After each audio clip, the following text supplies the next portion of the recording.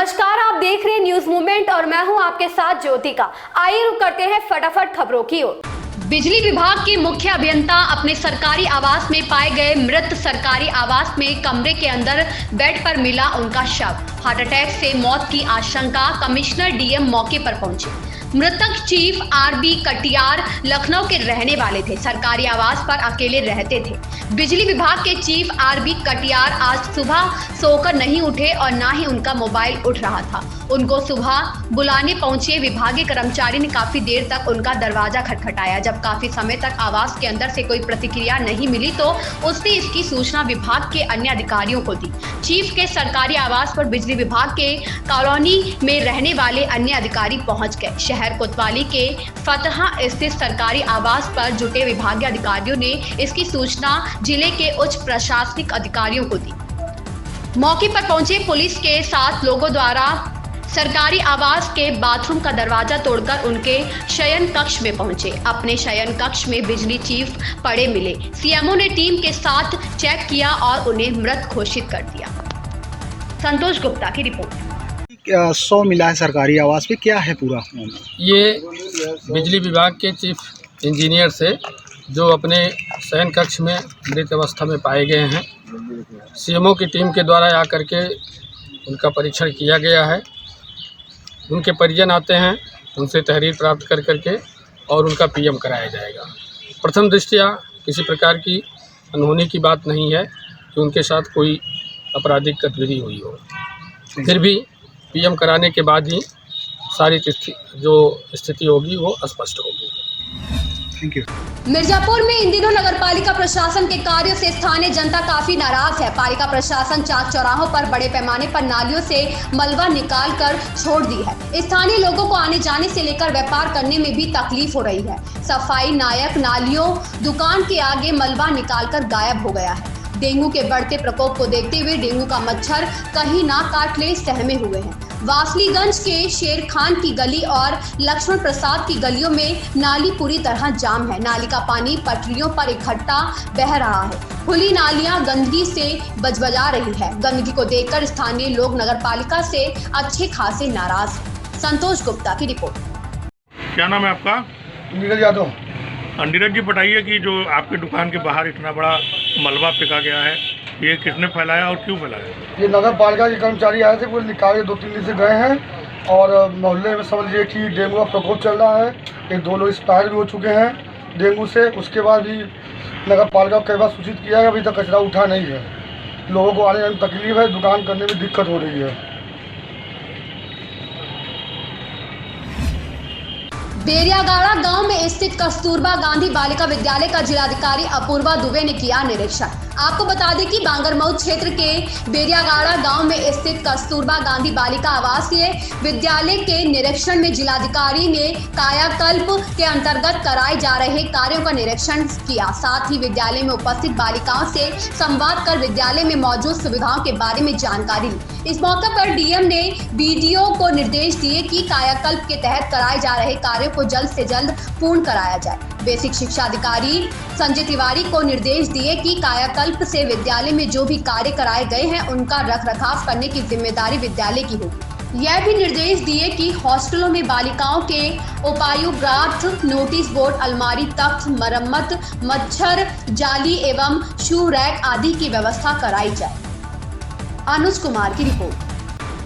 बेहटा मुजावर निर्माणाधीन थाने का निरीक्षण करने पहुंचे क्षेत्र विधायक श्रीकांत कटियार। आपको बता दें कि बांगरमऊ तहसील क्षेत्र के बेहटा मुजावर में आज विधानसभा क्षेत्र के अंतर्गत निर्माणाधीन थाना बेहटा मुजावर का क्षेत्र विधायक श्रीकांत कटियार निरीक्षण करने पहुंचे और थाना भवन निर्माण में इस्तेमाल की जाने वाली सामग्रियों का निरीक्षण किया और कार्य करा रहे ठेकेदार को बिल्डिंग मटेरियल ठीक से और अच्छी क्वालिटी के इस्तेमाल किए जाए निर्देश दिए। वहां पर कार्य कर रहे लोगों से कार्य प्रगति के बारे में जानकारी ली। अनुज कुमार की रिपोर्ट।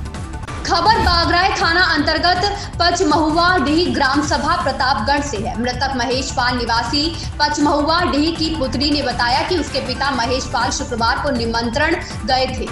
शाम को वापस घर आते हुए रास्ते में घात लगाकर बैठे बाइक सवारों ने गोली मारकर महेश पाल की हत्या कर दिया। मौके पर पहुंची पुलिस ने शव को अपने कब्जे में लेकर थाना ले आई और शव को पोस्टमार्टम के लिए भेज दिया।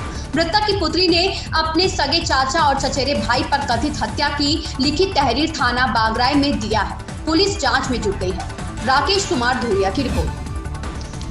ज्योतिष पीठ के शंकराचार्य स्वामी अभिमुक्तेश्वरानंद सरस्वती ने आज 235 वर्ष पुरानी परंपरा को पुनः किया स्थापित। घृत कंबल हेतु ज्योति मठ की ओर से 235 वर्ष पुरानी परंपरा की पुनः शुरुआत की। वर्ष 1787 के बाद आज प्रतापगढ़ निवासी पूज्य पाद ज्योतिष पीठाधीश्वर जगत गुरु शंकराचार्य स्वामी श्री अभिमुक्तेश्वरानंद सरस्वती महाराज ने कल भगवान बद्री विशाल के शीतकालीन कपाट बंद होते समय भगवान के विग्रह को घृत कंबल हेतु शुद्ध गाय का घृत प्रदान किया गया। मंदिर के प्रशासक राजू चौहान को यह घृत ब्रह्मचारी सहजानंद और मुकुंदानंद द्वारा समर्पित किया गया। तत्पश्चात दोपहर बाद निर्धारित समय पर शंकराचार्य की उपस्थिति में 3:35 पर बद्रीनाथ धाम के कपाट शीतकालीन के लिए बंद कर दिया गया।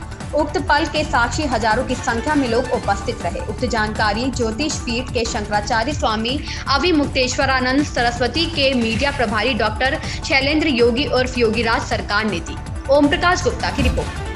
उत्तर प्रदेश सरकार के महत्वपूर्ण कार्यक्रम संपूर्ण समाधान दिवस का आयोजन मंडलायुक्त प्रयागराज विजय विश्वास पंत की अध्यक्षता में प्रतापगढ़ की तहसील कुंडा में आयोजित किया गया। संपूर्ण समाधान दिवस में मंडलायुक्त प्रयागराज ने दूरदराज से आए हुए शिकायतकर्ताओं की शिकायतों को गंभीरता पूर्वक सुनकर संबंधित अधिकारियों को जल्द से जल्द शिकायतों के निस्तारण हेतु निर्देशित किया।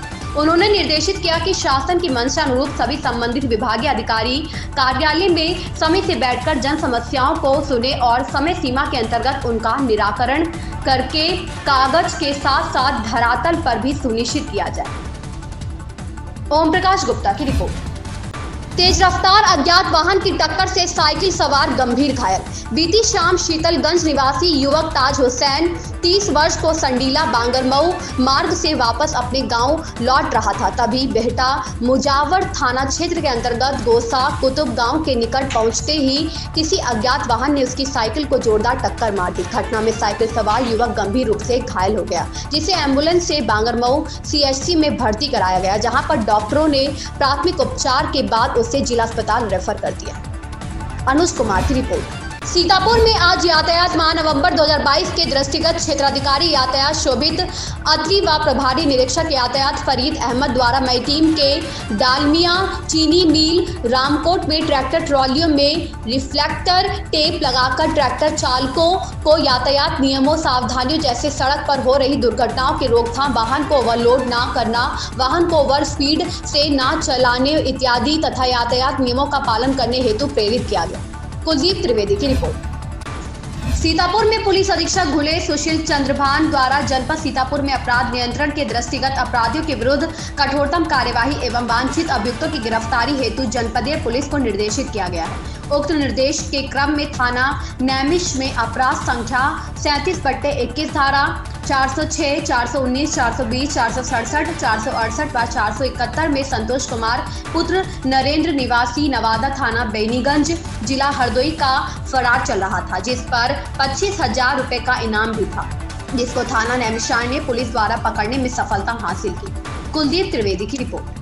पुलिस अधीक्षक महोदय सीतापुर व अपर पुलिस अधीक्षक महोदय दक्षिणी सीतापुर के निर्देशन में अपराधियों के विरुद्ध चलाए जा रहे अभियान के क्रम में थाना नैमिषारण्य पर पंजीकृत मुकदमा अपराध संख्या 33/21 धारा 406, 419, 420, 467, 468 व 471 IPC के अभियुक्त संतोष कुमार पुत्र नरेंद्र निवासी नवादा लोचन थाना बेनीगंज जनपद हरदोई, जो करीब 2 वर्ष से फरार चल रहा था और 25,000 रुपये का इनाम घोषित था, आज दिनांक 19/11/22 को गिरफ्तार कर माननीय न्यायालय चालान किया गया। उक्त अभियुक्त अपने साथियों के साथ मिलकर थाना नैमिषारण्य क्षेत्र में रेज इंडिया निधि लिमिटेड नामक कंपनी खोलकर फर्जी कूट रचित दस्तावेजों व धोखाधड़ी कर लोगों से पैसा अपने बताए गए अकाउंट में जमा कराता था। इस प्रकार का कृत्य करने वाले अन्य अभियुक्तों के विरुद्ध भी कार्रवाई की जाएगी व इनकी संपत्तियों को भी जब्त किया जाएगा और यह अभियान निरंतर चलता रहेगा। ऐसी ही खबरों से जुड़े रहने के लिए देखते रहिए न्यूज़ मूवमेंट।